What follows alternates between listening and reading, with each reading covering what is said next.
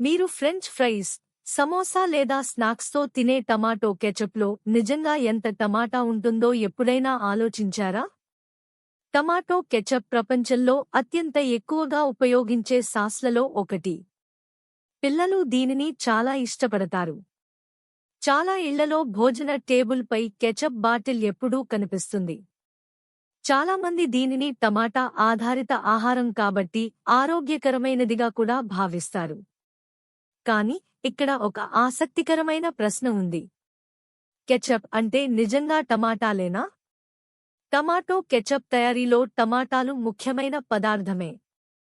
అయితే అవి మాత్రమే ఉండవు. రుచి, నిల్వకాలం మరియు ప్రత్యేకమైన తీపి పులుపు రుచిని ఇవ్వడానికి ఇతర పదార్థాలు కూడా ఉపయోగించబడతాయి.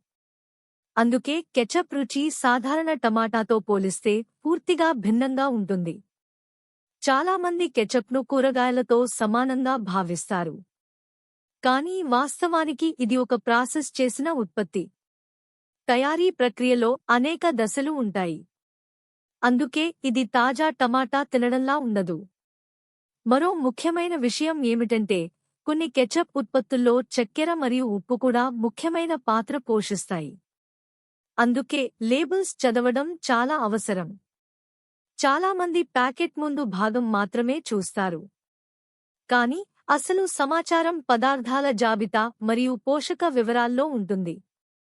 ఇంకో ఆసక్తికరమైన విషయం ఏమిటంటే, చాలామంది కెచప్ను తక్కువ పరిమాణంలో మాత్రమే ఉపయోగిస్తున్నామని అనుకుంటారు. కానీ రోజూ అనేక ఆహారాలతో కలిపి తీసుకుంటే మొత్తం వినియోగం పెరిగే అవకాశం ఉంటుంది. మార్కెట్లో tomato rich, natural, home style వంటి పదాలతో అనేక ఉత్పత్తులు కనిపిస్తాయి. ఇవి ఆకర్షణీయంగా ఉన్నప్పటికీ అసలు విషయాన్ని తెలుసుకోవాలంటే లేబుల్ను పరిశీలించాల్సిందే. ఇప్పుడు అసలు ట్విస్ట్ ఏమిటంటే, టమాటో కెచప్ గురించి పెద్ద అపోహ ఏమిటంటే అది టమాటా తినడానికి ప్రత్యామ్నాయం అని భావించడం. కానీ తాజా టమాటా మరియు ప్రాసెస్ చేసిన కెచప్ మధ్య చాలా తేడా ఉంటుంది. రెండింటినీ ఒకేలా చూడకూడదు. చివరికి టమాటో కెచప్ పూర్తిగా చెడ్డది కాదు. అలాగే అది టమాటా తినడంలా కూడా కాదు. సమస్య ఉత్పత్తిలో కంటే దాని గురించి మనం కలిగి ఉన్న అపోహల్లో ఎక్కువగా ఉంటుంది. అవగాహనతో ఉపయోగించడం, లేబుల్స్ చదవడం మరియు సమతుల్య ఆహారానికి ప్రాధాన్యం ఇవ్వడం చాలా ముఖ్యం. ఇంకా ఇలాంటి ఆహార నిజాలు తెలుసుకోవడానికి మా ఛానల్ను సబ్స్క్రైబ్ చేయండి.